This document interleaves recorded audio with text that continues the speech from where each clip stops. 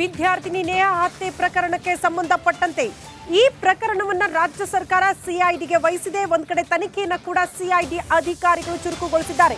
ತನಿಖೆಯ ಒಂದಷ್ಟು ಇನ್ಸೈಡ್ ಮಾಹಿತಿನ ಎಕ್ಸ್ಕ್ಲೂಸಿವ್ ಆಗಿ ರಿಪಬ್ಲಿಕ್ ಕನ್ನಡ ನಿಮ್ಮ ಮುಂದೆ ಇಡುವಂತ ಪ್ರಯತ್ನ ಮಾಡ್ತಾ ಇದೆ. ನೇಹಾ ಹತ್ಯೆಯ ಬಗ್ಗೆ ಫಯಾಜ್ ಜಾಡು ಹಿಡಿದು ಹೊರಟಿದೆ ಸಿಐಡಿ. ರಿಪಬ್ಲಿಕ್ ಕನ್ನಡದಲ್ಲಿ ನೇಹಾ ಹತ್ಯೆಯ ಇಂಚಿಂಚು ಮಾಹಿತಿ. ನೇಹಾ ಹತ್ಯೆಗೆ ಫಯಾಜ್ ಸಿದ್ಧತೆ ಹೇಗಿತ್ತು ಗೊತ್ತಾ? ಫಯಾಜ್ ಕುರಿತು ಆತಂಕಕಾರಿ ವಿಷಯ ಒಂದೊಂದೇ ಬೆಳಕಿಗೆ ಬರ್ತಾ ಇದೆ.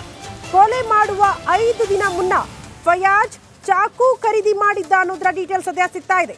ಧಾರವಾಡದಲ್ಲಿ ಚಾಕು ಖರೀದಿ ಮಾಡಿದ್ದ ಫಯಾಜ್ ಚಾಕು ಖರೀದಿ ಮಾಡಿ ಬ್ಯಾಗ್ನಲ್ಲಿ ಇಟ್ಕೊಂಡಿದ್ದಂತೆ ಈ ಫಯಾಜ್.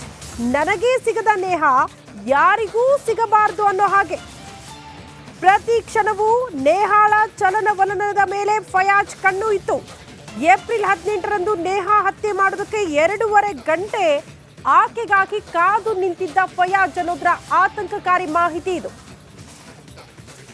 5 ದಿನಕ್ಕೂ ಮುಂಚೆ ಚಾಕು ಖರೀದಿ ಮಾಡ್ತಾನೆ. ಆತನ ಮನಸ್ಥಿತಿ ಹೇಗಿತ್ತು ಅಂದ್ರೆ, ತಾನು ಪ್ರೀತಿ ಮಾಡಿರುವ ನೇಹಾ ಇನ್ಯಾರಿಗೂ ಕೂಡ ಸಿಗಬಾರದು ಅನ್ನುವಂತ ಹಾಗೆ. ಆ ಹಾಗೆನ ಮುಂದುವರಿಸಿ ಆಕೆಯ ಕೊಲೆಯಲ್ಲಿ ಅದನ್ನ ಅಂತ್ಯಗೊಳಿಸಿದ್ದಾನೆ ಎನ್ನುವಂತಹ ವಿಚಾರ ಸಿಐಡಿಯ ತನಿಖೆಯ ಸಂದರ್ಭದಲ್ಲಿ ಈ ಎಲ್ಲಾ ಮಾಹಿತಿ ಒಂದೊಂದೇ ಹೊರಗಡೆ ಬರ್ತಾ ಇದೆ. 6 ದಿನ ಕಸ್ಟಡಿಗೆ ಪಡೆದುಕೊಂಡಿರೋದು ಫಯಾಜನ್ನ. ಸದ್ಯ ವಿಚಾರಣೆಗೆ ಒಳಪಡಿಸಿದಾಗ ಪ್ರಾಥಮಿಕವಾಗಿ ಒಂದಷ್ಟು ಮಾಹಿತಿಯನ್ನು ಕಲೆ ಹಾಕಿದ್ದಾರೆ ಅಧಿಕಾರಿಗಳು.